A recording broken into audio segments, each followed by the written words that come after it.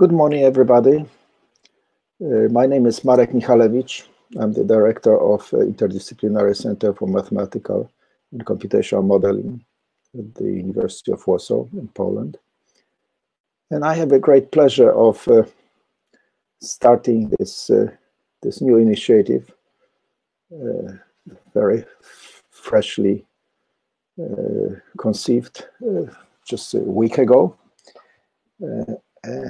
or to run a series of ICM seminars in computer and computational science. And we have ambition to run it weekly and worldwide, and the event is supposed to be free. And one of the reasons of starting this seminar series is that we just last week ran a 3-day conference in a series of conferences. That was the 6th edition of Supercomputing Frontiers Europe, which turned out to be a quite successful event. Normally, of course, we run it as a stationary event. We ran it for 3 times in Singapore and 2 editions in Warsaw, Poland. And the 3rd edition was very different. About 2 weeks before opening of the conference, we could see how serious the situation with pandemic is. So we made a decision to convert it into a virtual event. And it turned out that the virtual event brought us much more participants than we could have ever imagined. And this is very much in the spirit of open science. And ICM for years has been in forefront of promoting, supporting, and creating open science access in Poland. We are responsible for negotiating and obtaining licenses from all major publishers to all scientific literature for all of the Poland. So we make sure that about 600 scientific institutions in Poland have free access to something of the order of 8,000 scientific journals, title journals. We also have a quite large group at ICM of people who are responsible for providing open access to Polish scientific journals and cultural journals. And right now we have over 1,000 titles of journals in open access. And in the similar spirit, I thought that creating a series of seminars that will be completely open and reasonably easy, accessible to anybody with interest in the topic might make sense. And I was incredibly lucky and honored to receive acceptance for my invitation from Professor Scott Aaronson from University of Texas. And of course, lots of people know about Professor Aaronson's work, and I hope that most of you are already quite familiar with one of his creations, which is this very special book. And if you don't, please spend your time reading it. It's not only extremely enlightening, it's a pleasure to read, but it's also something that opens up your mind, widens your horizons, and goes into so many directions of really fundamental, very deep thinking, not only about quantum computing, but about computing in general. So we are very fortunate to have Professor Aaronson, who not only writes beautifully, but also can convey his ideas in a brilliant way. So with this, I would like to welcome Professor Aaronson to give our first seminar in computer and computational science. Thank you very much. Great. All right. Well, thank you so much for inviting me and for the introduction. This is actually the first talk that I've given on this lockdown, first virtual talk, so I'm honored to do it. And so what I want to talk about is quantum computational supremacy and its applications. Now, when I did a Google image search for quantum computer, what you see there is one of the first things that came up. Now, I'm a theorist. I'm not an engineer, so I'm not actually building quantum computers, but I've visited enough quantum computing labs to be able to tell you that that's not exactly what they look like.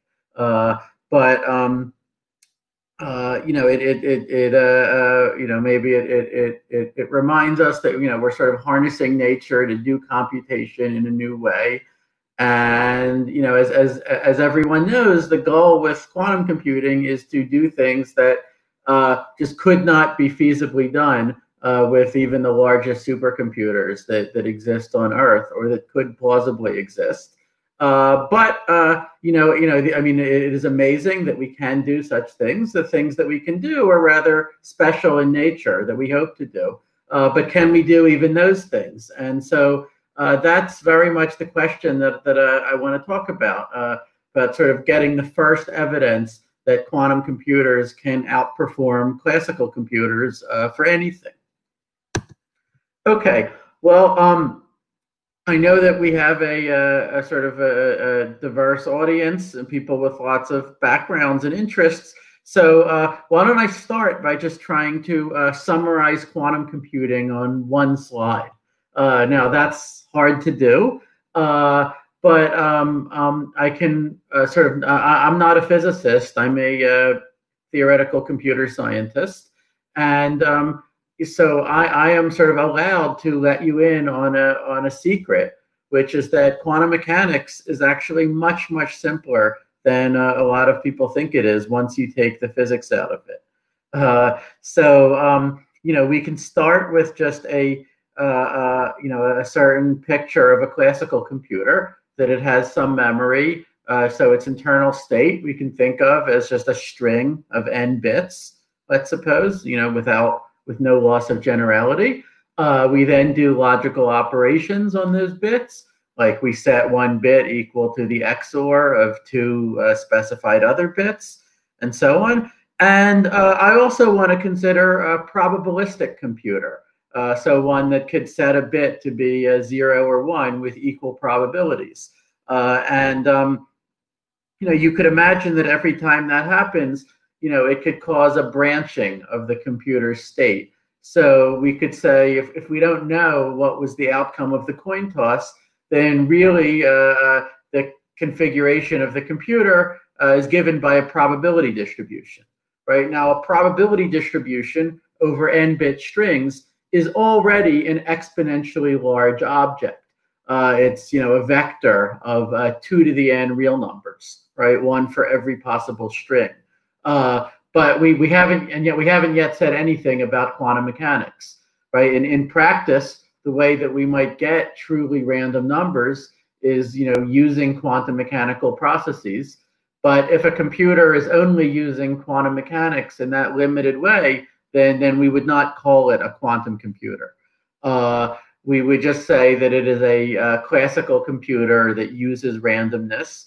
And so we can do and we can do computations that way. You can imagine that every step in the computation is actually corresponds to some linear transformation of that vector of 2 to the n probabilities, representing all the possible strings. Now, of course, when we look at the computer at the end of the computation, we don't see the entire vector of probabilities. All we see is a single string. Each bit is either 0 or 1. And if we want to know how likely it is to see a given string, well, we calculate its probability. one way to calculate the probability of a given string would simply be to sum over every possible path through all the states of the computer that could have terminated at that string, right? So each path contributes some probability to the total. And for each path, the probability of that path is simply the product of all of the probabilities of all of the choices that are made along that path. Okay, so I've simply been pedantic about describing a classical computer with randomness, because if you understood what I just said, then a quantum computer is a very, very simple change to that. A quantum computer is what results if we were to say, let's sort of incorporate one of the central insights of physics, really, of all time, but certainly of the physics of the early 20th century. And this is that the different possible configurations that a system could have do not just have probabilities. They have to be assigned a different kind of number, which is called an amplitude. Now, amplitudes can be positive or negative, and they can even be complex numbers. And the central thing that quantum mechanics says about our world, has said about it since 1926. The theory has not changed in more than 90 years. Is that the state of any sort of, let's say, isolated physical system can be described by a vector of these complex numbers, these amplitudes, one for every possible state that you could see the system in on looking at it. And if we have many different possible configurations, all of them with non-zero amplitudes, then we would also call that a superposition state.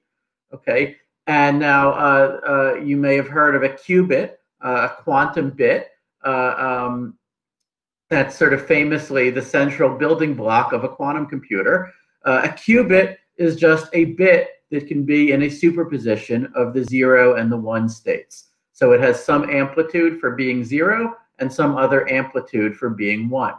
Right? And now sort of the crucial thing is that if I have, let's say, 1,000 qubits, then quantum mechanics is unequivocal that I don't just need amplitudes for each qubit separately. Rather, I really need like 2 to the 1,000 power amplitudes.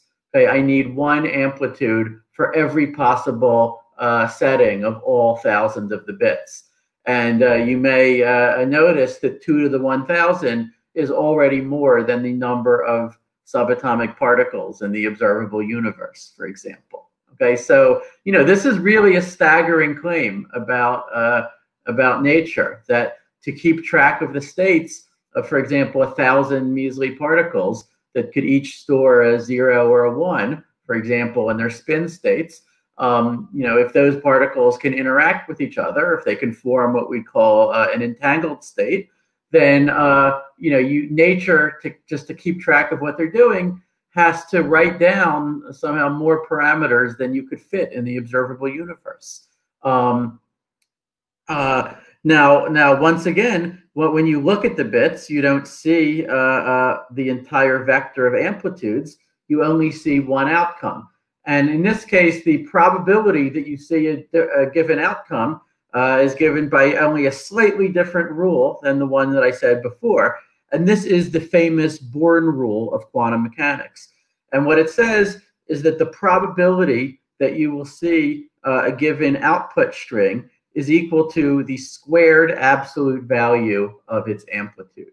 Okay, so the squared absolute value of a complex number, gives you a real number, a non-negative real number.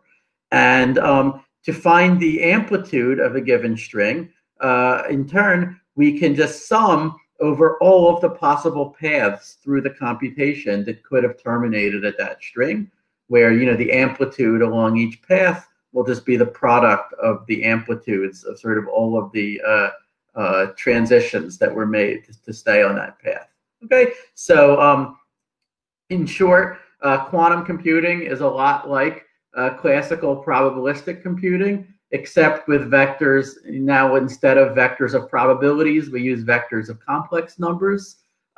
These are unit vectors. Okay, in order to get a probability distribution at the end, we impose that the vector of amplitudes is a unit vector. Okay, so it's a unit vector in the 2 norm. Okay, but now the real, revolutionary thing, of course, is that we denote quantum states using this funny notation, these asymmetrical brackets, which are called the Dirac-Ket notation. Okay, this is simply a notation for the 0, 0, 1, 0, and so forth. These are different different basis vectors in a 2 to the n dimensional vector space. Okay, so now what is the idea of a quantum computer? Well, the central phenomenon of quantum mechanics that makes it different from conventional probability is what's called interference. And what interference means is, if I look at a given possible output state, some of the amplitudes that lead to that, some of the paths that lead to that state could have positive amplitudes, and others could have negative amplitudes. And if that happens, then when I add them all up, the amplitudes will, as we say, interfere destructively and cancel each other out.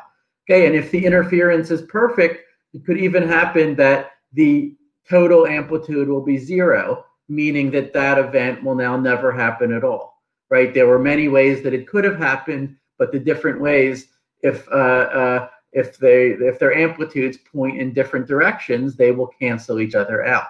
Okay, this is what happens, for example, in the double slit experiment, which is the canonical experiment to illustrate the quantum mechanical nature of the world. That's where you fire photons at a screen with 2 slits in it. And you find that if you look at where they land on a second screen, there are certain spots where you never see them appear because of interference. And yet, if I closed one of the slits, then the photons could appear at that place. Okay, so by decreasing the number of ways for a photon to arrive somewhere, I can increase the chance that it gets there. Okay, and the quantum mechanical explanation for that is just that, well, the photon was in a superposition of states. It had some amplitude to go through the first slit, and it had some amplitude to go through the second slit. And if you set things up right, then those 2 amplitudes can sometimes cancel each other out. Okay, so so in some sense, this is the more fundamental operating system that we need to describe the physical world. It's not using probabilities, but it's using these complex numbers that behave as square roots of probabilities. Okay, now a quantum computer you can think of as a lot like the double slit experiment, but on a much more massive scale. Okay, so now we're not talking about a superposition over 2 slits or 2 states, but over 2 to the 1,000 power states, or 2 to the million power. Okay, and all of these are being maintained in superposition, as we do our computation. And now the goal in every quantum algorithm is to choreograph things in a very, very special way, so that for each possible wrong answer, each answer that you don't want, some of the amplitudes leading to that answer, let's say, have positive amplitudes, others have negative amplitudes, so they interfere destructively, they cancel each other out. Whereas the amplitudes leading to the right answer, you would like those to reinforce each other. Okay, if you can arrange that, then when you look at the computer, you will see the right answer with a high probability. If you don't see it, you can always just keep repeating the computation many times from the beginning until you do. The tricky parts are you have to do this even though you don't know in advance which answer is the right one. If you knew that, there'd be no point to the whole exercise. Also, you have to do it all faster than a classical computer could have found the answer, or again, there's not really any point. Okay, so you may have heard that there are lots and lots of ideas being discussed for how to build a quantum computer. And I would say we do not yet have the quantum computing version of the transistor. That is, we don't yet have the technology that is sort of just clearly going to scale, clearly going to beat everything else. We have a bunch of different technologies that let you build small quantum computers, or scale to maybe a certain extent, but that all have sort of complementary weaknesses. Okay, so there's what's called the trapped ions approach, being pursued by a company called IonQ in Maryland, also by Honeywell in Colorado. This is where we use as our qubits the spin states of atomic nuclei. We can trap the nuclei inside of a magnetic field, and we can move them around using lasers. And if two ions are close to each other, they will sort of interact, which will, affect, which will do the steps of our computation, which you can think of as just norm-preserving linear transformations, we call unitary transformations, on that vector of amplitudes. And then you can measure each ion to see if it's spinning up or spinning down. Okay. Another approach uses neutral atoms, cold atoms. It's the group of Misha Lukin at Harvard is a leader in that. Another approach would use photons, the polarization states of photons as the qubits. That's being pursued by a startup called Quantum in Palo Alto. Yet another approach is called topological quantum computing. It uses, it would use a hypothetical new particle that is called a non-abelian anion. So this would be sort of an excitation in sort of an exotic state of matter. Now Microsoft has placed a huge bet on this topological approach to quantum computing, and they're the leaders in that. Including in sort of, I think, experimental groups that they're funding in Europe. The huge advantage is if this works at all, there is sort of beautiful mathematics that suggests that it could scale much more easily than any of the other approaches.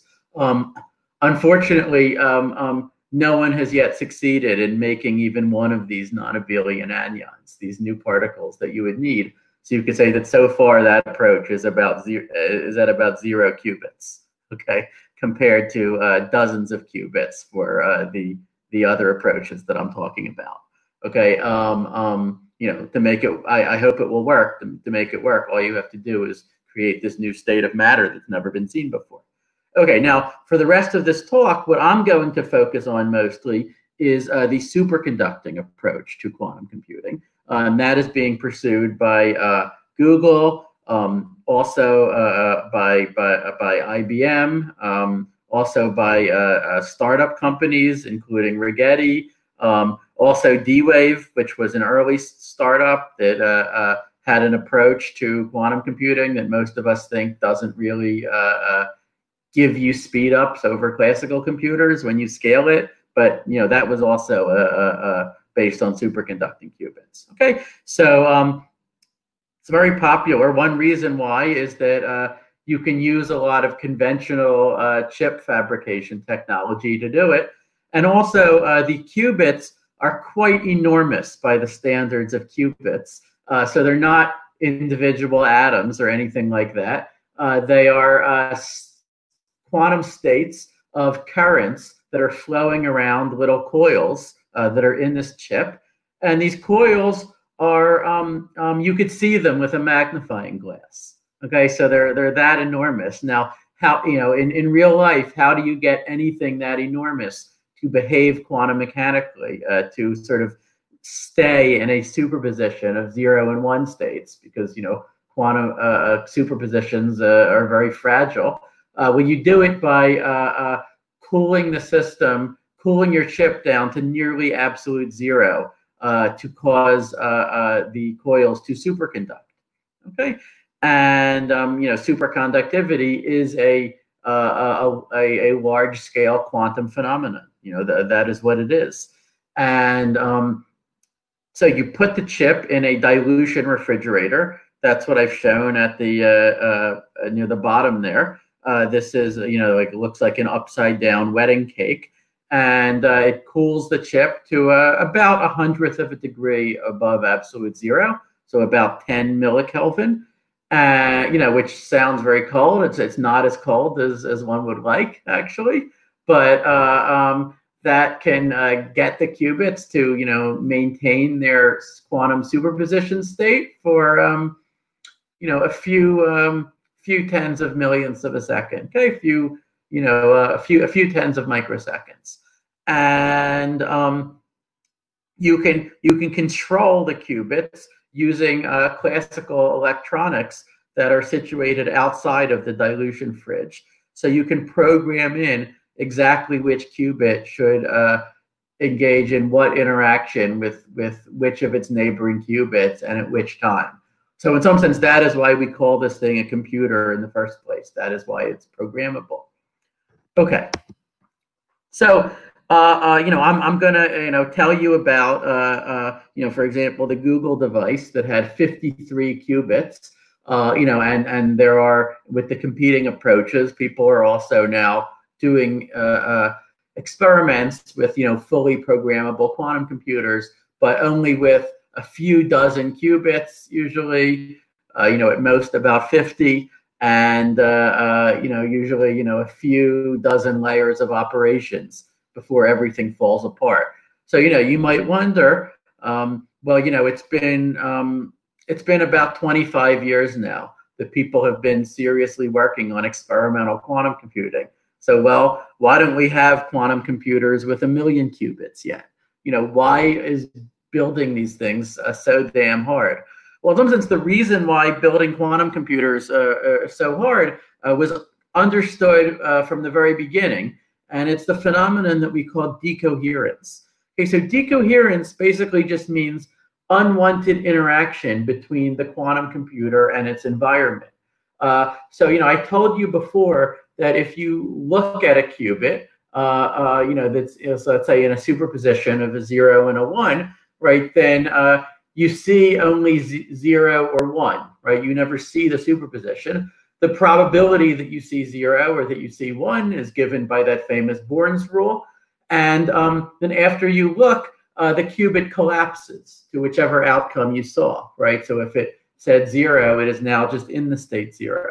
If it said 1, it is now just in the state 1. Now, the central problem is that it doesn't have to be you who is looking, or for that matter, any your measuring device, or any conscious being, or anything like that.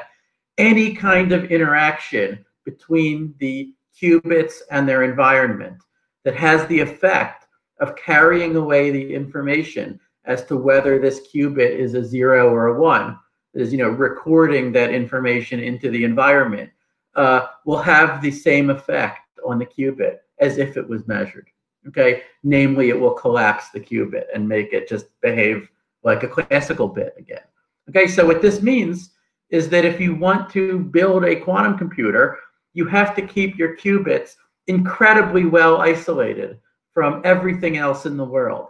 Okay, from the radiation and the air in the room, from the various noise modes, on your microchip, on your device, from everything. Okay, but they also can't be completely isolated, because if they are, then they'll just sit there doing nothing. Okay, so they have to interact with each other, and not only that, but do so in exactly the way that you specify. Okay, so that's staggeringly hard, and as you want to do it with more and more qubits for a longer and longer time, it gets even more staggeringly hard. Okay, it is so hard that there were distinguished scientists in the 90s who said this is never going to work. you will never be able to beat decoherence enough to build a scalable quantum computer. Now, in the view of most quantum computing researchers, the fundamental answer, the thing that fundamentally answered those worries was a great discovery of the 1990s called the theory of quantum error correction and quantum fault tolerance. And what that said, basically, is that you don't have to get your qubits perfectly isolated from the rest of the world in order to do quantum computation. Okay, you merely have to get them very, very, very well isolated. Okay, so, but if you can just push the rate of interaction with the environment to be sufficiently small, then at some point you become able to take the qubits that you care about, and what we call logical qubits, and encode them in very, very clever ways across the collective states of tens or hundreds or thousands of physical qubits, in such a way that even if a small fraction of those physical qubits are to leak their states to the environment, you can detect that and you can recover the quantum state that you care about from the remaining qubits, and then you can keep going. Okay, so so you could say the central engineering goal in quantum computing research from the 90s until today has been to achieve this fault tolerance. Okay, to get physical hardware that behaves reliably enough that you can start using these quantum error correcting codes to simulate hardware that is perfectly reliable or essentially perfectly reliable. Okay, we are not there yet. Okay, the achievement of quantum supremacy that I'm going to tell you about did not use any quantum error correction or quantum fault tolerance at all. Okay, so it just used bare physical qubits. Error correction is the big milestone that everyone is working toward. Okay, and until you've got error correction, we think that you're going to be limited to probably doing quantum computations with a few hundred qubits at the most. Okay, but now the reason for the excitement and hype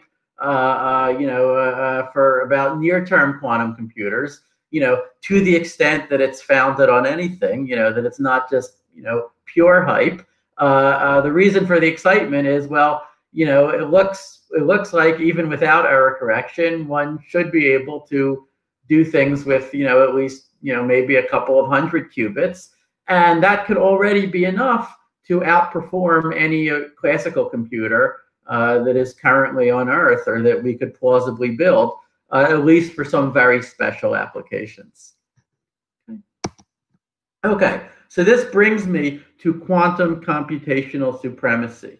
Okay, so what does this? What is this? So quantum supremacy is a term that was coined by my good friend, the physicist John Preskill, who I'm showing here, in 2012. There's been some controversy about this name. Some people think that it's promising more than we can deliver, or it's promising, that sounds too hyped. Other people think that it reminds us of of very evil kinds of supremacy. But in any way, if you have any problems with this name, you should not blame me. You can blame John Preskill. Okay, so what he meant by the term, and what I'll mean by it also, is the use of a quantum computer to solve some well-defined problem much faster than any available classical computer running any algorithm that we currently know. Okay, so notice that I did not say a useful problem. Okay, so think of this like the Wright brothers airplane, or like Enrico Fermi's nuclear reaction. Right, the purpose is just to prove a point, not to build. In effect, we're saying, forget about solving, problems for customers. Right, that might get, or sort of commercially useful problems. That might get, the headlines because that's what people want to hear, that you're using a quantum computer to solve your traffic flow problem or your, industrial supply chain problem faster. But there have been many claims of that kind, and in case after case after case, it was never clearly established that you're getting any advantage over a classical computer. Okay, so let's, for the time being, just forget about all of that and just say, can we get a speed up that is clear, regardless of whether the problem is useful or not, right? And this to me seems like an obvious first step. Right? Let's establish the reality of quantum speedups. Okay, so maybe a little bit more precisely, what do I mean by that? Well, the problem that we're solving does not need to be useful, but it does need to be something that is mathematically well defined. Okay, so in other words, we need to be able to specify in advance what are the outputs that we're looking for, right? Which outputs are valid, which ones are not valid. We need to be able to tell a competitor using their classical computer, here is, mathematically the function that we want to calculate, or here is the outputs that we want. Now you go and you try to find those outputs in the fastest way that you can. Okay, the problem cannot be something like just simulate my quantum device. Okay, that doesn't count as a problem because that depends on all kinds of messy details of the hardware. Okay, it has to be something more abstracted than that. Okay, so and I stress this because lots of people say, well, we have all kinds of molecules, in nature that we have trouble simulating, even using the biggest supercomputers, for reasons of the sort of the enormity of the quantum states, of the number of amplitudes. So why can't we count any of those molecules as just quantum computers that solve the problem of simulating themselves? I know I say simulating yourself doesn't count.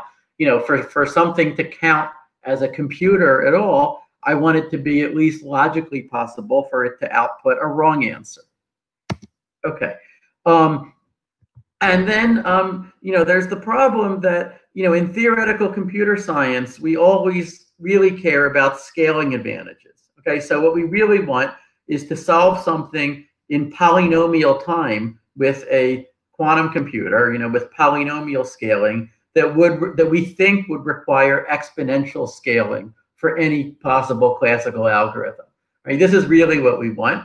But now the problem is when you do an experiment, you just have some fixed number of qubits, like 50 or 100, right? So you never observe polynomial or exponential, right? You observe how many seconds it took you to solve this concrete instance. So what I say is, well, I want a real observed speed up that is to do something in a few seconds or minutes that would require many days or weeks or years with the largest supercomputers that now exist. I also want the only explanation that anyone has for this speed up to be in terms of quantum computation. Okay, in terms of, well, the reason we saw this speed up is that the state of this quantum computer was a vector of 10 quadrillion amplitudes or whatever, and if to simulate that with our classical computer, we think that we would need at least 10 quadrillion steps or something of that kind. Okay, so I want to be able to rule out any explanations for the speed up that depend on more mundane details of the hardware and that are not really about quantum computation. Okay, and not sort of reflective of what we hope will be an actual scaling speed up that would get better and better as we went to larger and larger instances.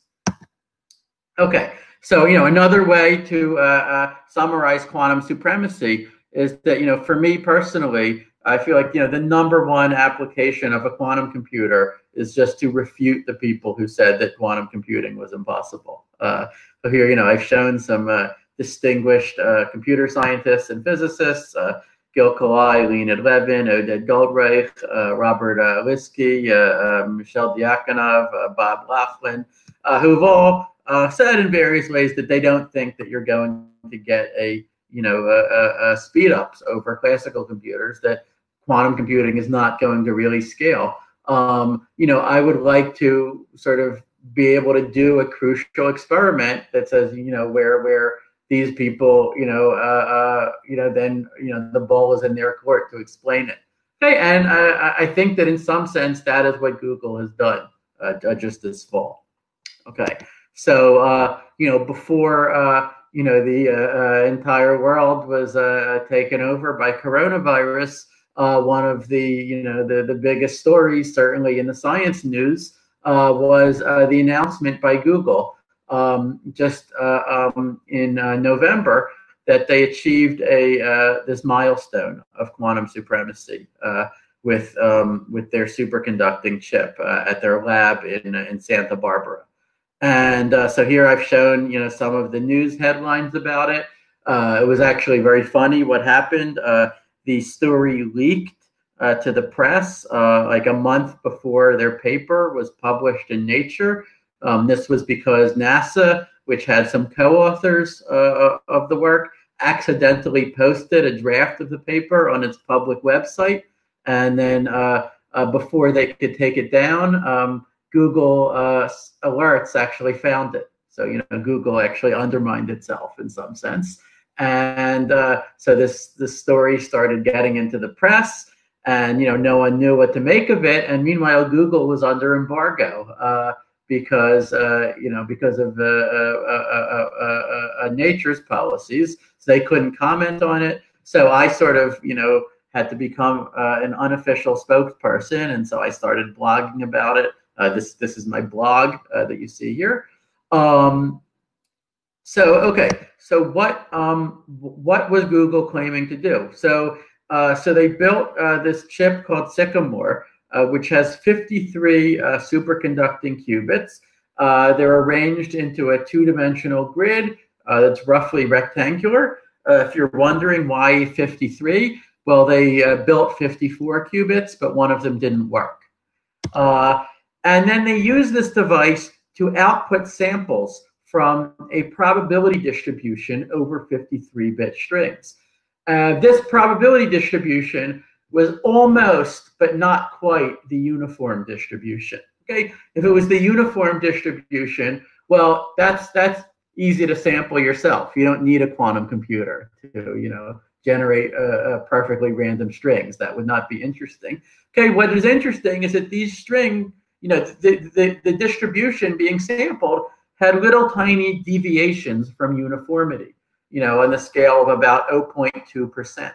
Okay, some strings were just a little bit more likely to appear than other ones, and in a way that is supposed to reflect the quantum interference going on among these 2 to the 53 power quantum mechanical amplitudes. Okay, so the good news is that the device, there's a lot of noise in the device, as you can see. That's you're like 99.8% noise and only 0.2% signal. Okay, but the good news is that the machine is fast enough that you can take many samples in order to try to extract a signal from that noise. So you can take, so each sample takes a few tens of microseconds. So in about 3 minutes, you can take about 5 million independent samples from this probability distribution. And you then, using a classical computer and using a lot of computation time, you do statistics on the samples that you saw in order to try to extract a signal corresponding to that quantum interference effect, that the sum strings being a little bit likelier than other ones. Okay, and then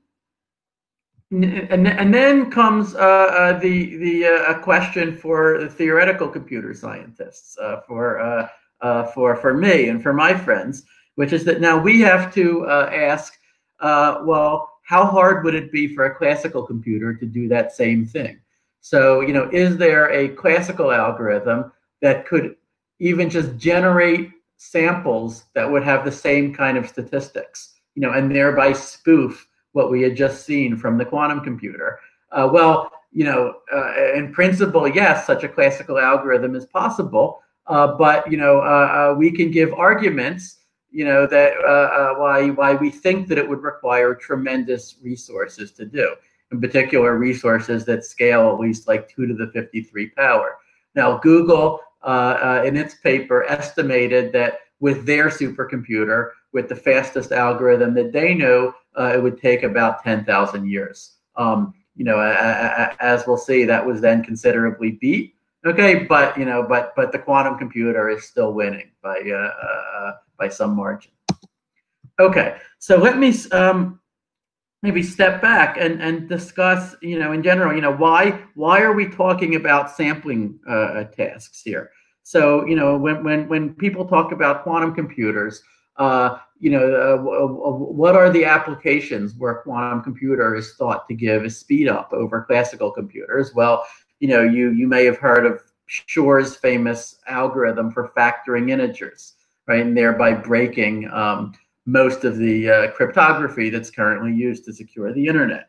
So that's a tremendous speed up. That is, and in some sense that would be like a gold standard for quantum supremacy, because not only could you demonstrate that you would quickly factored this 10,000 digit number, let's say, but once you had done so, any skeptic who didn't believe you could just check your factorization for themselves, right? They could easily multiply the factors together.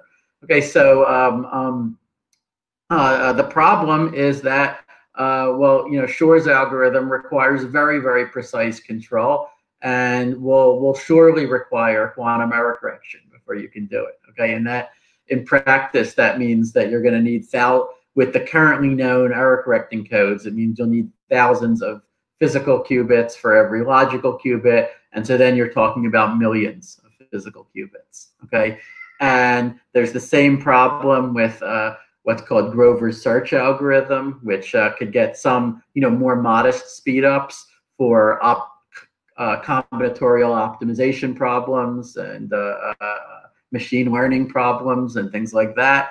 Again, seems to require error correction before you'll see any speed up. Simulating quantum physics itself. By the way, I think that that's maybe the most important application of quantum computers when and if we actually get them, get scalable ones. That we have the best shot of seeing some benefit even before we get to error correction. So let's say in the next decade or so. Okay, but even that is going to be very hard to do if you want to outperform what all of the classical supercomputing people can do with quantum simulations. Okay, so there's if our goal is just to demonstrate quantum supremacy, in as clean and direct a way as possible, then there's a very different idea for how to do it. As far as I know, it was first proposed in a prescient paper in 2004 by Barbara Turhall and David DiVincenzo. And then the sort of modern push for this idea sort of started around a decade ago with papers by me and Alex Arkhipov, and independently by Bremner, Josa, and Shepard. Okay, and this idea is to use sampling problems. So in other words, we're now going to look at problems that, unlike factoring, do not have a single right answer. Okay, we were just going to be asking for samples from some target probability distribution. Okay, now, of course, sampling problems also have a long history in computer science. They're right there in Knuth's, Art of Computer Programming. Okay, but what are the advantages? Well, these sampling tasks tend to be a lot closer to what a quantum computer would just naturally do, to sort of the natural abilities of the hardware. So you don't require a lot of expensive encoding that could be fatal to your quantum speedup. But in addition to that, if you don't care about usefulness, right? If you just want something that is hard for a classical computer, what Arkhipov and I, and then Bremner, Joseph, and Shepard were able to do is to give very strong evidence that that these sampling tasks are going to be classically hard, maybe even stronger than the evidence that, let's say, factoring is hard for a classical computer, right? Which of course is just an assumption that nobody has yet proven. Okay, specifically, we were able to show that there are very simple quantum systems that can sample from probability distributions, such that if you had a fast classical algorithm to sample from exactly the same distribution, then what is called the polynomial hierarchy would collapse to its third level. Now, if we don't know what that means, you could take my word for it that it's bad. Okay, it is, you could say, it would be almost as shocking as if P were to equal NP. Not quite, but almost. Okay, and in the present state of theoretical computer science, this is close to the best that we can do to argue that a problem is hard. Now, in practice, that result is not directly relevant to the real experiment, because real experiments have a lot of noise in them. They don't sample from the true distribution, but only from some noisy approximation to it. So we have to worry about that. We also have to worry about, the fact that we never see what distribution is being sampled. All we can do is apply some statistical test to the output, and we then have to think about, well, would it be hard for a classical computer to do anything whatsoever that would spoof that test? Okay, so the disadvantage is, well, at least until very recently, we had no idea what any application of these sampling problems could be, except for refuting the skeptics.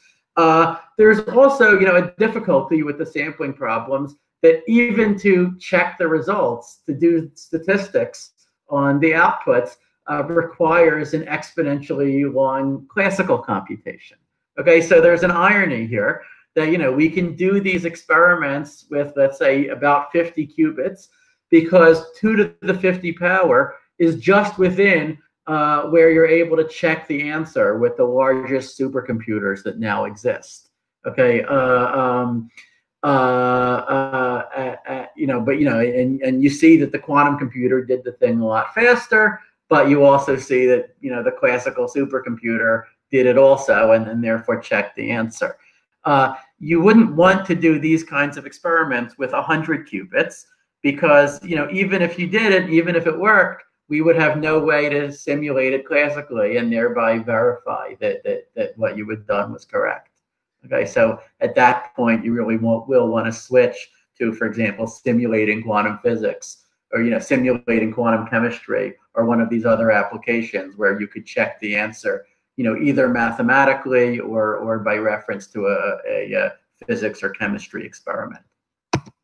Okay, so more specifically, what Google did is something that we call the random circuit proposal. And this actually emerged from an email exchange that I started with the Google team and with a bunch of quantum computing academics about 4 years ago.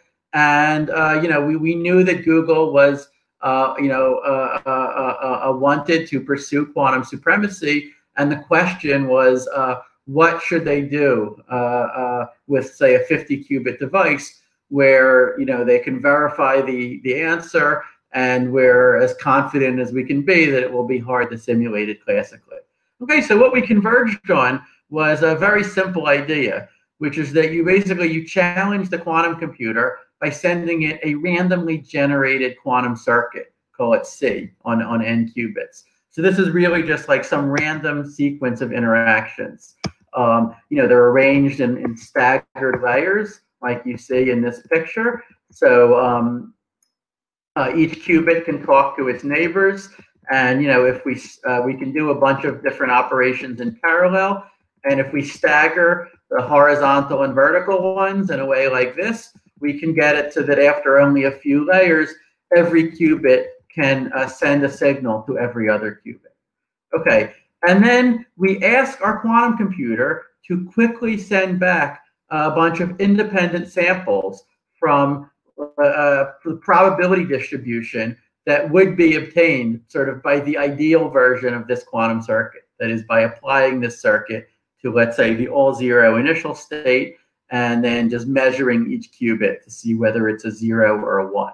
Okay, each time we do that, it gives us some n-bit string. In this case, n is equal to 53. Okay, so you could call each of the strings S1, S2, and so forth. These are each supposed to be independent samples from D sub C, the output distribution that corresponds to our specific quantum circuit C. Okay, and then the next step is that we take these samples and then, using brute force with our classical supercomputer, we do a statistical test to see, are these samples consistent with having been, sampled from this D sub C, from this quantum computer. And we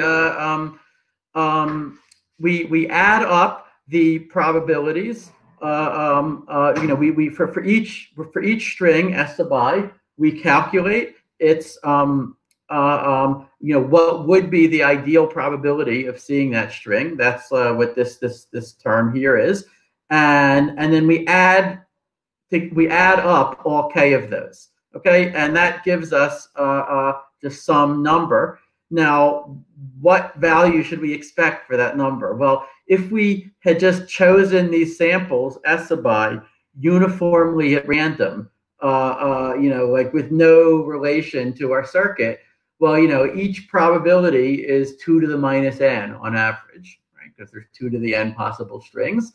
So if I just add up a bunch of random ones, then I'm going to get on average about k over 2 to the n. Okay, but what I'm hoping for is to see a larger value than that. Okay, I'm hoping to see a larger value of this sum, because the strings that have the strings that are predicted to be more likely, that are supposed to have higher probabilities, well, I should be more likely to observe those, right? So how much more? Well, this is a calculation that you have to do. But it turns out that with a random quantum circuit, if you could really just sample from that perfect distribution D sub C, if there was no noise in your quantum computer, then the value of this sum that you would expect to see is about 2 times k over 2 to the n. Okay, so it's about twice the trivial value. Okay, and so now what we'll, in the real experiment, there will be lots of noise. But what we'll be looking for is some value of b in this expression here, which is detectably larger than 1. Okay, thereby showing that we were not just picking the strings at random. So, we're actually observing a correlation with the hard distribution that we wanted. This is a benchmark that Google called the linear cross entropy benchmark. It's a confusing name because this is not an entropy at all, but okay, it's just a sum of probabilities. Now, John Martinez, who was the leader of the experimental effort at Google, he likes to describe what's going on in terms of speckle. Okay, so I took a laser pointer and I sent the light through some ground glass and looked at where it ended up, I would see a speckle pattern that looks kind of like this. There are some light spots where there is sort of constructive interference between all the different paths that a photon could take to reach that spot. And there are also darker spots where there's destructive interference, where the different paths that the photon could take have sort of canceled each other out. Okay, now, if I could just send through even only a few photons, I could still check for consistency with this speckle pattern by doing statistics to ask, are the, look at the places where the photons landed.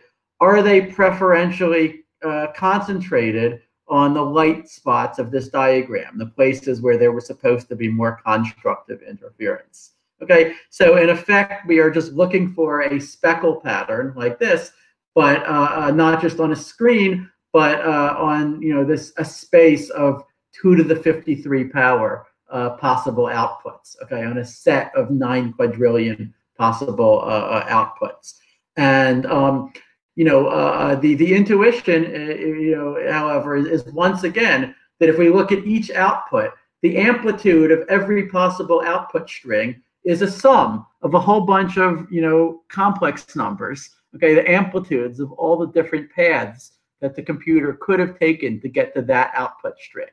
Okay, and for some of the output, for some possible output strings, there will have been a little bit more destructive interference. The different contributions will have canceled a little bit more perfectly. Okay, for others, there will be a little bit more constructive interference. Right, the cancellation will not have been as perfect. Okay, and so there will be little fluctuations in probabilities. All of the strings are exponentially unlikely, right? So even if you do the experiment perfectly, you never expect to see the same output more than once, right? Every string has a probability on the order of 2 to the minus 53. Okay, it's just that some of the output strings have a probability that is twice that much, or 3 times that much, or only half that much, and so on. And that is the that's the signal that you're looking for. Okay, if you want to know more precisely, the amplitudes just look like IID, independent complex Gaussian random variables, and the squared absolute value of a complex Gaussian turns out to just be an exponentially distributed random variable. Okay, so the probabilities act like exponentially distributed numbers. Okay, so that was Google's quantum supremacy claim. Now, some of you may have seen that even before Google's official paper came out, IBM, which is Google's actually main competitor right now in superconducting quantum computing, published a rebuttal.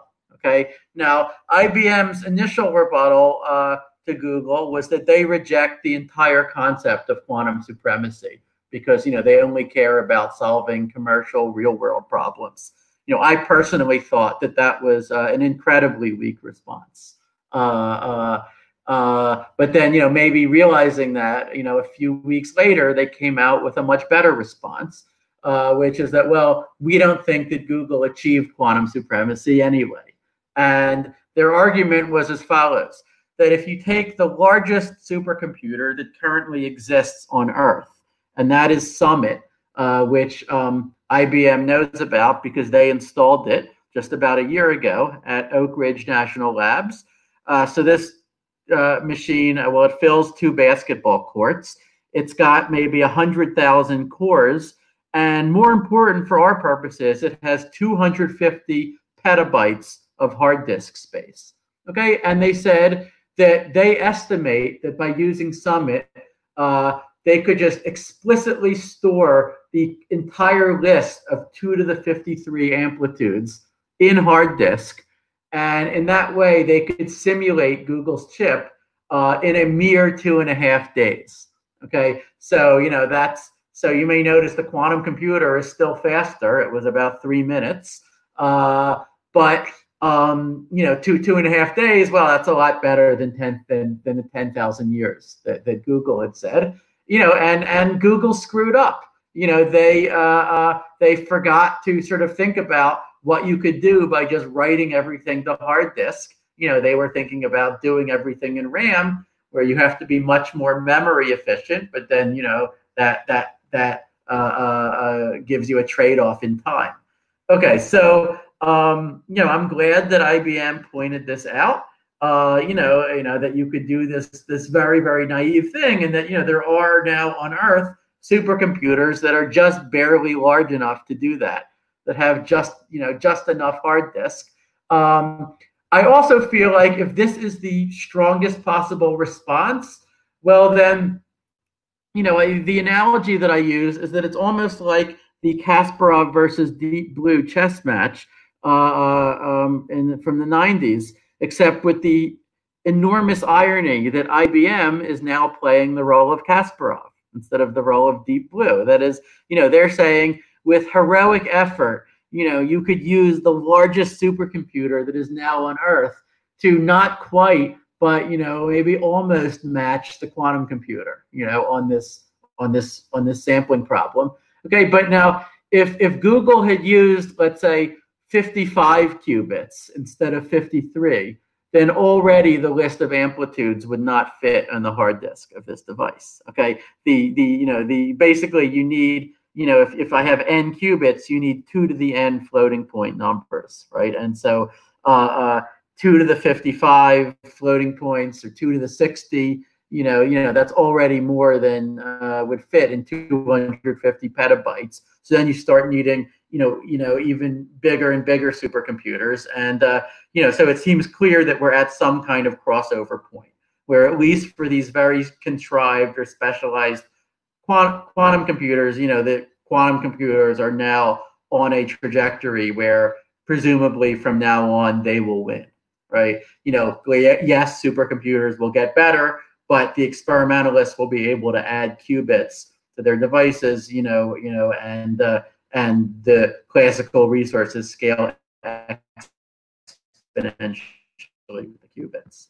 Okay, so the sort of theoretical question was sort of, is there a barrier? If there's really some much faster way to simulate these random circuits on n qubits, let's say using time that was only polynomial in n, then that's the kind of thing that really would refute Google's claim of quantum supremacy. Okay, so it's crucial that IBM is not claiming to have sort of breached this 2 to the n barrier, right? They're still at the end just doing a brute force simulation on just a big enough computer. By the way, I should add that IBM did not actually do the simulation because it's not so easy to get 2.5 days of time on Summit. It's being used for, I don't know, probably nuclear weapons or, all kinds of stuff. They can't just commandeer it. Okay, but, I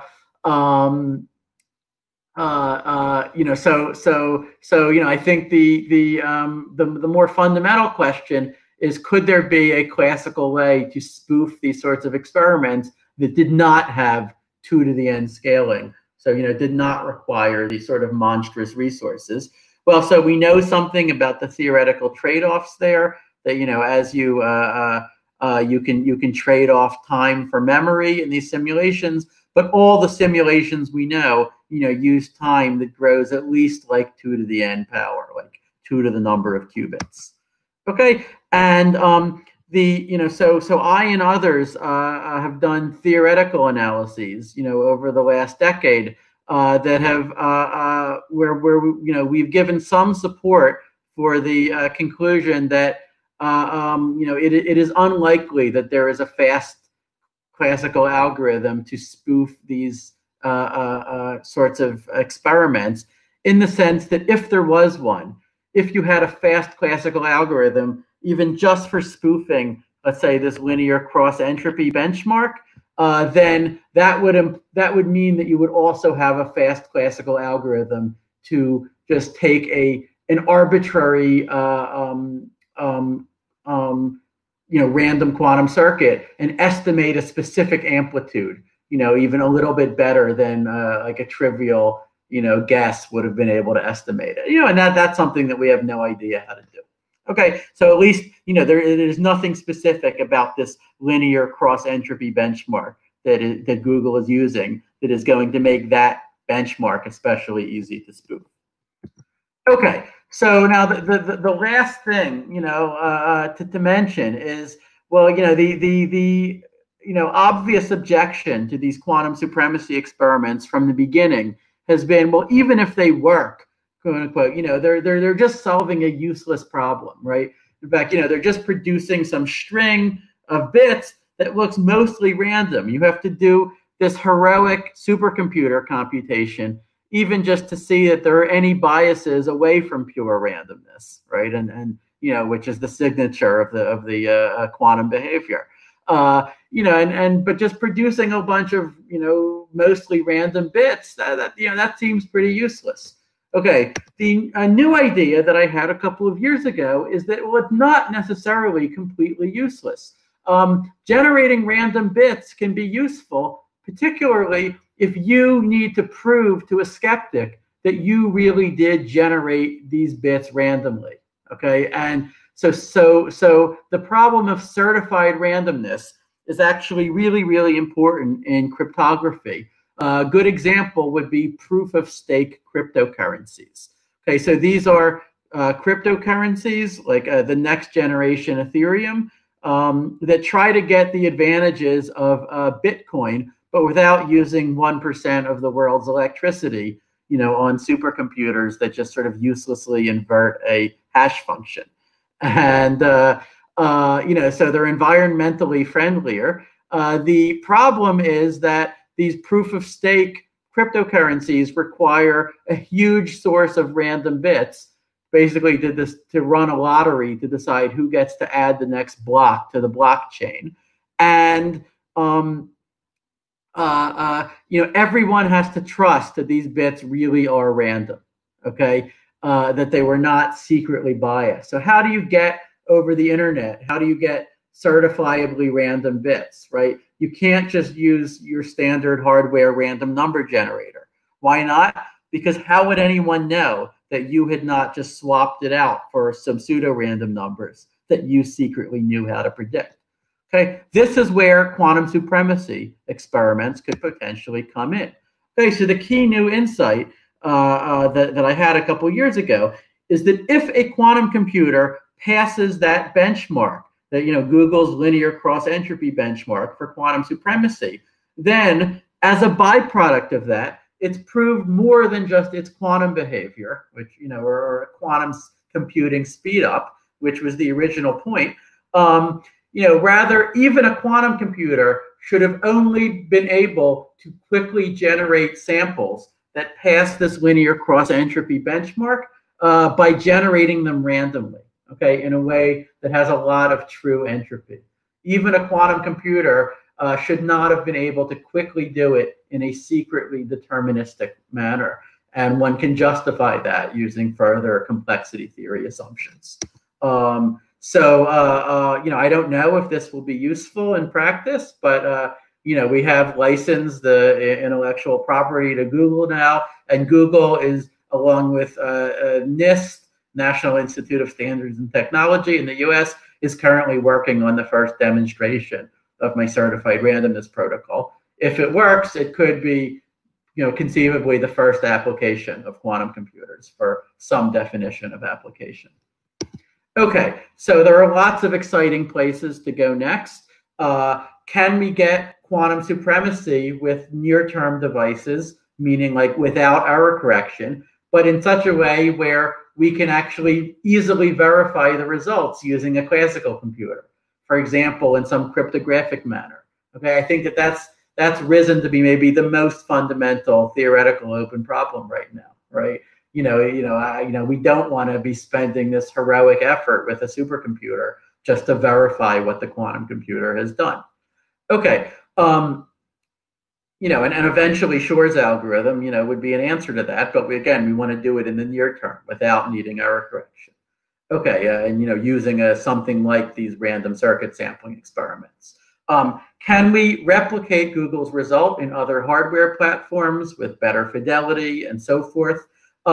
Can we try to refute Google's claim of quantum supremacy by designing better classical algorithms for simulating random quantum circuits? I think, there has not been enough research on that fundamental question.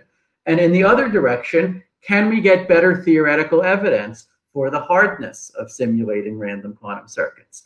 And then finally, there are many open problems, about making my certified randomness scheme more practical, such as can we get more and more certified random bits by just running with the same circuit over and over, which, if true, would enormously improve the bit rate.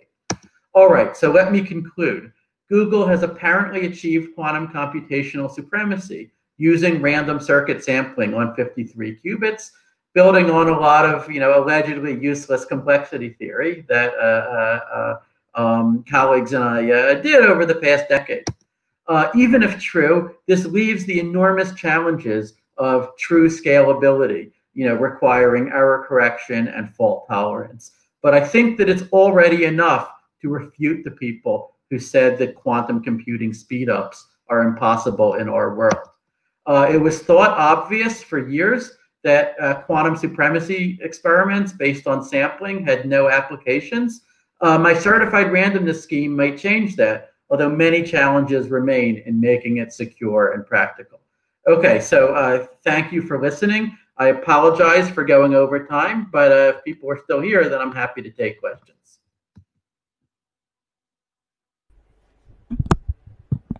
Thank you. Please type your questions in the public chat. In the public chat. So where do I find that? That's for the attendees. Can you ask them? Yes. Sorry. Yes, Krzysztof. Sorry, I don't actually see the public chat. That's the problem. Yeah. Hi. Thank you very much for your excellent talk. Thank you. Interestingly, I'm a theoretical physicist, and it's always amazes me how well you can explain quantum physics, which indeed takes years and years of study to get through all the nitty-gritty of stuff, and you do it on one slide. I tried. That's impressive, and actually it's all accurate. So that's great. And I have a question. In the meantime, when we ask for the question, I have a question. A couple of things. First one is about Summit. I don't think they do a lot of classified work because they belong to Office of Science at DOE. Oh, but okay, probably not nuclear weapons then. But they do a lot of interesting stuff. Now, if there was another implementation of numbers like posits from John Gustafson, where you can represent floating point. It's not floating point really. In, let's say, 16 bits, that is about 4 times less space in your storage, but that will give you about 3 more points in sort of N255 perhaps. Yeah, exactly. A factor of 4 will give you 2 more qubits. Yes. So not much advantage. Right. Another thing is, could you comment on complexity in parallel time? Because very often, one of the things that always puzzles me is molecular dynamics, where you have deterministic evolution of some time-evolving system with long-range interactions, and that kills you. So how would quantum computing help in parallelism in time? Parallelism in time? Well, so I'm not sure that I fully understood the question, but typically, if you're trying to simulate a dynamical system, even with a quantum computer, you still have to, do it step by step, typically, right? And so this is one reason why we do not expect large quantum speedups for, simulating classical dynamical systems, right? Only modest ones here and there, right? Where you can really expect a huge quantum speedup is for simulating quantum systems, right. Where you can map the quantum states that you're trying to simulate onto the states of your quantum computer, right? But even the quantum computer, it's not going to be taking a sort of a magic shortcut through through the time of your dynamical system, right? You're still going to be just, let's say, if it's a continuous time system, you're going to be dividing it up into small slices and then just simulating the dynamics of each slice. Okay. So do we have questions from the audience? Krzysztof. Yes, we have 2 questions. Could you read them? The first one is from Mr. Piotrowski. Do you think there could be an efficient classical algorithm spoofing the verification without generating the right distribution? So that's an excellent question. That was exactly what the entire point of our recent results was to try to address. Okay, so I mentioned briefly in the talk this paper that I had with Weijie Chen a few years ago, and a more recent paper with an undergrad at UT Austin named Sam Gunn. Okay, and the theorem that we proved in those papers, here's what it says. Basically, it says that if you had a fast classical algorithm to spoof the test that Google did, then that would imply that could take a random quantum circuit and that could take a specific amplitude, such as the final amplitude of the all zero state, and it could estimate it a little bit better than chance. Okay, and by a little bit better, I mean, the advantage that you get over chance is exponentially small, so it's tiny, okay, but it's still way, way better than what we would know how to get with any, efficient classical algorithm that currently exists, okay? And so if you think that, there is basically, no insight that you get into a random quantum circuit, without doing brute force, then spoofing, the benchmark that Google applied is going to be a hard problem. We're able to prove that conditional statement.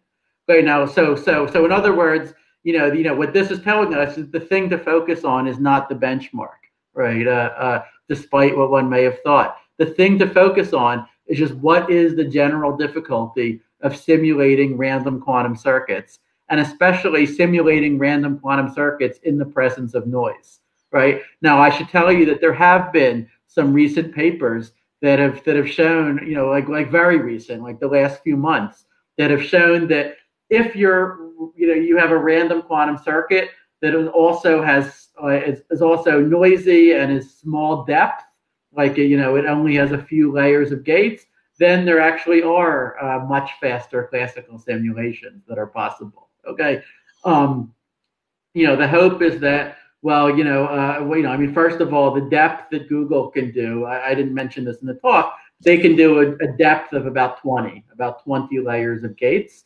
And that's already sort of large enough to, evade these theorems that seem to be talking mainly about depth 3 or 4. Okay, so so we hope that we're evading that, but there could just be some general insights into random quantum circuits or noisy random quantum circuits that no one has had yet, and that would be the kind of thing that, if true, could kill these quantum supremacy experiments. Thank you. We have another question from Mr. Brahma. You have not highlighted anything about Intel's leadership in quantum computing. Is there some area that they're even close to Google or IBM in that matter? The honest answer is that I don't know. I just haven't heard as much from them about. I've heard that that they're building superconducting qubit devices. And I think they're I don't think that they're publicly available. I don't know what the latest is with them, to be honest. Okay, thank you. We have another question from Andres. What about the power consumption? Google's algorithm needed much less energy than the classical simulation. Is it fair to compare a supercomputer with millions of CPUs against a single QPU? Should quantum supremacy include also power consumption criteria? Sure. You could. I think it's totally fair to look at power consumption if you would like to. As I said, by that criterion, Google's Sycamore processor is winning, over, let's say, the Summit supercomputer, right? A dilution refrigerator is, somewhat power hungry, right? It is, certainly it uses a lot more power than my laptop does, but it also uses enormously less power than Summit does. Right. And so, so the point is that, Summit has 100,000 cores, and that, huge number of cores is the only way that we know how to get even within striking distance of the quantum computer's performance for the sampling task, right? That's the only way you're going to do it in 2.5 days. But if you're going to allow that massive parallelism, in order to be competitive on time, as I think you ought to be, well, then it seems fair to also, look at the power consumption that you're using in order to do that. Thank you. We have another question from Maciej. Okay. As I understood, in Google's experiment, classical computer was used for verification. What is the future of hybrid quantum classical computers and algorithm designs for those? Okay, so you hear this term hybrid quantum classical algorithms a lot. I have to confess that I don't like it. And the reason I don't like it is that every quantum algorithm is a hybrid quantum classical algorithm, right? So in other words, anytime you're using a quantum computer for anything, right, you will, it only makes sense to use the quantum computer for those pieces where it will actually give you a speed up, right? And, all of the sort of control flow, anything connected with the user interface, right? Any of that stuff you might as well just do on your classical computer, because why not? Because you can, right? And so the way to think about a quantum computer is it's an accelerator, right? It's like a coprocessor, maybe slightly analogous to, a graphics card or something, right? It is a coprocessor for accelerating, a few very special things, where you get a quantum speed up. But even when quantum computers are used in practice for some special tasks, as we hope that they will be, I feel like a lot of the application stack is going to be happening on classical computers, right? And so sort of every real application of quantum computers is going to be hybrid in that way. And you could say that the quantum supremacy experiment also was, in the sense that generating the random circuit, all kinds of stuff to control the circuit. That was all done on classical computers that are sending signals into the dilution refrigerator and then getting signals back out from it. Thank you. We have another question from Jakub. From the perspective of efficient simulation of quantum computations, which conditions, computational power, etc., would you consider rationally imposed on a referee who should distinguish between simulation and quantum circuit itself? Google's and IBM's case seems to raise such an issue. Okay, so I'm not sure if I understood the question. I mean, if the question is, if you're a referee of a paper, then how do you tell if it's a real quantum computer or not? You apply, there are all the usual standards of refereeing, right? I mean, long before quantum supremacy, I think, one published papers saying, we use the quantum computer to do this or to do that. And, there's a certain degree of, believing, or trusting that the experimentalists, did not engage in fraud, right? That they did the experiment that they said they did. They got the results that they've reported, right? But, of course, what we ultimately want is, quantum computers that will sort of outperform classical ones, where then it won't be based on trust anymore. It will be based on, you submit a challenge and you get back an answer, and then you can just check for yourself that answer is correct and that you got it in a faster time than you knew how to get it otherwise. Right now, you could say that we are not yet at, we're not quite at that point. Okay, in Google's paper, they actually generated the challenge circuits themselves. Okay, and they also verified the results themselves. Actually, I should have mentioned this, but with their hardest circuits, they're 53 qubits and depth 20. It was too hard even for them to verify the results. They did not have access to full access to the power of Summit. We're not thinking about writing everything to hard disk. One of the great ironies, by the way, is that Google could now tell IBM, well, gosh, this is great that you have this way to simulate our chip. Now you go use that to directly verify our hardest circuits, right? Google had verified slightly easier circuits than those using supercomputer, using I think 1 million cores running for a month or something like that. Okay, but when they wrote their paper, yeah, there is some amount of trust in Google that they did, that first of all, that they generated the challenge circuits in an honest way, without somehow secretly making them easy. I'm not sure even how they would do that, even if that were their goal. But okay, we're trusting that they didn't secretly make the circuits easier, and then we're trusting that they did the verification correctly. Now that last part can be addressed. Google has put all of its raw data up on GitHub.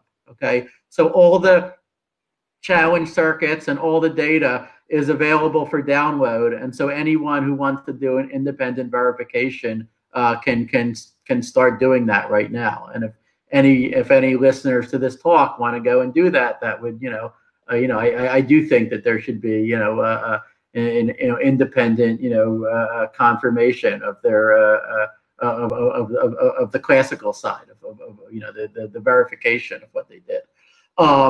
But as for generating the challenge circuits, I think that will come. What we would really like is for like an independent skeptic to be generating the challenge circuit, sending it to Google, and then seeing that it gets back an answer after only a few seconds. Okay, and I think that will come in a few years after or less. After the world, starts up again after the coronavirus, I don't think, for the next few months, there's not going to be much of any experimental quantum computing that happens. But, once things start up again, so if you remember my randomness protocol from, the end of the talk, this is exactly what my randomness protocol would require for an independent skeptic to generate the challenge circuit. Send it, let's say, over the internet to the quantum computing server, let's say to Google, and then get back the output samples, from the quantum computer within a very short time. And it could then verify those outputs at its own leisure. Okay, so that kind of setup, I think, that would be like a more airtight demo of quantum supremacy. And I think that, the technology for that already exists, and hopefully that will be done soon. We have two more very interesting questions, so maybe we'll sort of pose those questions. Sure. One is again from Jan Piotrowski. Are there problems other than sampling suitable for quantum supremacy on noisy quantum computers? That is that's a superb question. And I would say that is a major focus of quantum algorithms research right now, right? Because we know that we're going to have these noisy devices with, 50 or 100 or 200 qubits over the course of the next decade. And we don't really know what they're good for, okay? We can, do this demonstration of quantum supremacy, which Google just did, and that's great. We could, improve, make that demonstration more airtight. But of course, it would be even better if we could do something useful. I think that the best shot, as I mentioned in the talk, I think that the best shot that we have for doing something useful with these noisy near-term devices is going to be to do some kind of quantum simulation, probably of some, materials, of some condensed matter system, although if we're really lucky, then maybe even of chemistry, of some chemical reaction, and that would tell the scientists in the relevant area, the material scientists, the condensed matter physicists, the chemists, that would tell them something interesting about their system that they didn't already know. I think that would be a tremendously exciting next milestone. And it is possible that we could achieve that using noisy devices. I mean, in some sense, we already have special purpose quantum simulators that already do things that are like that, right? Misha Lukin's group is already doing things of that flavor. Okay, but they're doing it with like a, you just build your quantum simulator just for solving one problem. And we would actually like to see a general purpose programmable quantum computer, that could do any, problem of that kind. And we would like to see it actually used to get some useful results for some quantum simulation problems. So that's what I'm hopeful that we'll start to see, over the next decade or so. As I said, that's probably the best shot. There's a lot of talk about other applications for near-term quantum computers, like, for example, for optimization and machine learning. It is crucial for everyone to understand that those applications are very, very speculative, okay?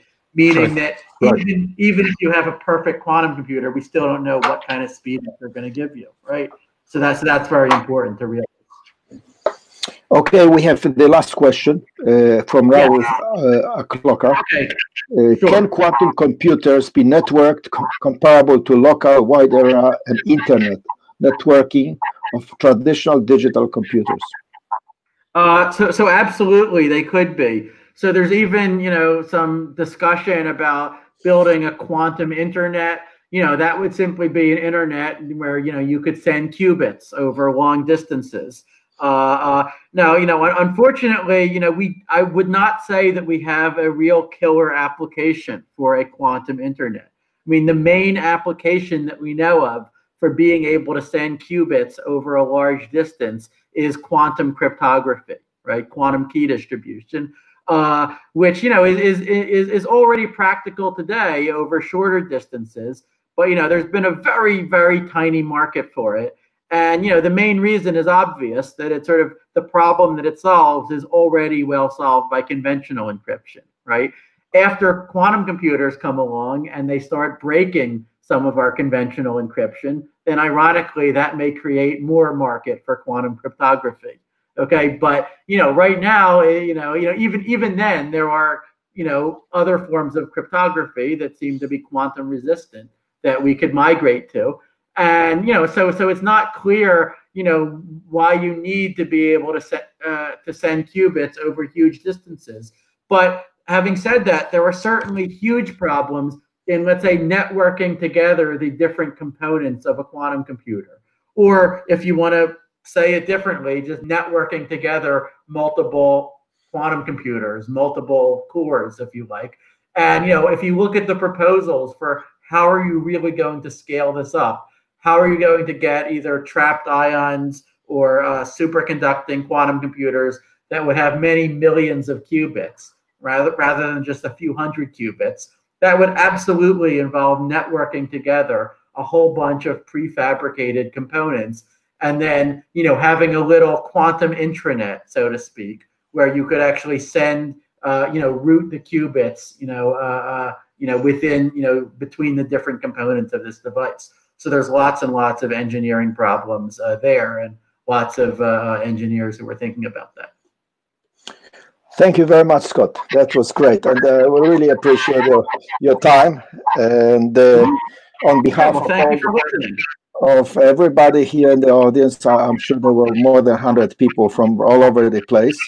We're very grateful for sharing your knowledge. And now, going back to the last question, if Raoul, please, you can go to the Supercomputing Frontiers Europe website.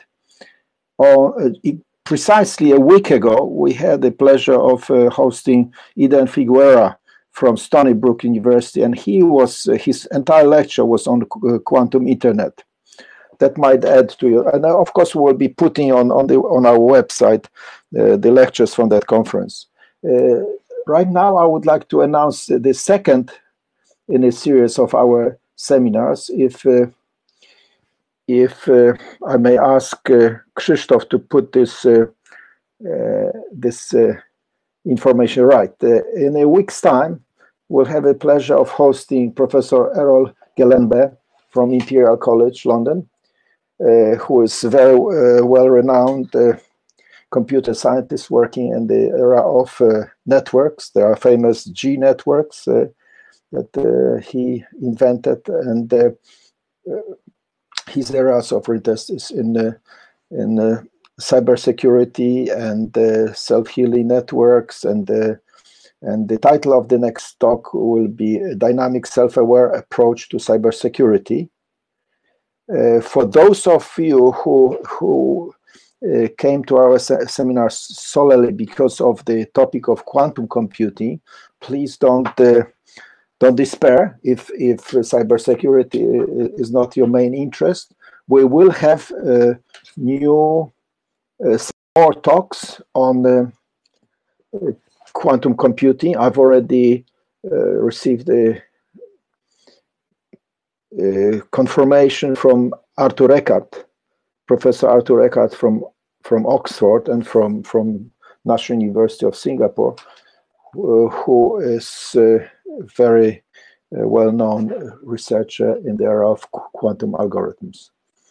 So that will happen in a few weeks' time. I don't have an exact date yet, but for those who are following quantum computing developments, there will be more in this series.